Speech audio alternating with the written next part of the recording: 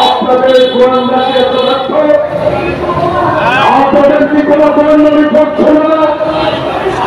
যদি নাই থাকে 11 মাস আপনারা কি করে এই সরকার পরিচালিত করেছেন? তাহলে জনগণ এখন আর আপনাদের উপর আস্থা রাখতে পারছে না। কারণ আস্থার সংকট আপনাদের মধ্যে 11 মাস অতিবাহিত হল, যেখানে সভাপতি 3 মাসে নির্বাচন দিতে পারল। সেখানে আপনার মতো বিশ্বের দরবারে একজন গ্রহণযোগ্য ব্যক্তি কি কারণে 11 মাস বিলম্বিত করছে? এখনো ফেব্রুয়ারির নির্বাচনের কথা বলেছে, কিন্তু দিনক্ষণ ঠিক করেন।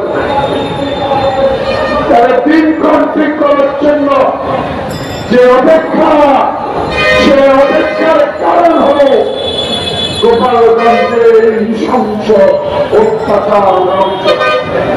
তাই আজকে আমরা আপনার উপর ভরসা রেখেছি, ভরসা করার উপর রেখেছি, আপনাকেও সমর্থন দিচ্ছি।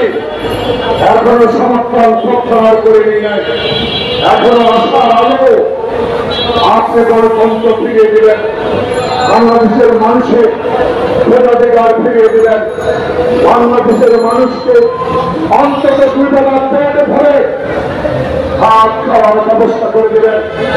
আর রাজপথে মিছিলের প্রয়োজন হবে না, বাংলাদেশের আয়না ঘর তৈরি হবে না, বাংলাদেশে আর অসত্য মিথ্যা মামলা দায়ের হবে না, বাংলাদেশে আর পুলিশ নিয়ে রিমান্ডে নিয়ে আর অত্যাচার করবে না, রিমান্ডের নামে টাকা লুট করবে না, বাংলাদেশে আর আওয়ামী লীগের নেতাদের মতো অর্থ লুট করবে না।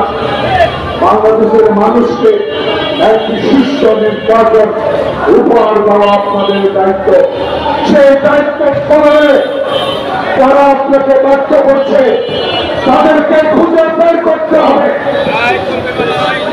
কারণ এই গোপালগঞ্জের হত্যাকাণ্ড এবং আক্রমণ নির্যাতনের জন্য দায়ী। ইচ্ছা করলে তদন্ত কমিটি করে বের করতে পারে। হত্যাকাণ্ড হলে যে কোনো ঘটনা ঘটলেই তদন্ত কমিটি হয়। সেই তদন্ত কমিটির রিপোর্ট কি আদৌ বাংলাদেশের মানুষ জানে? সচিবালয় আগুন কে লাগিয়েছিল? সেই তদন্ত রিপোর্ট কোথায়? তাই আজকে আমরা অবিশ্বাস আর করতে চাই না।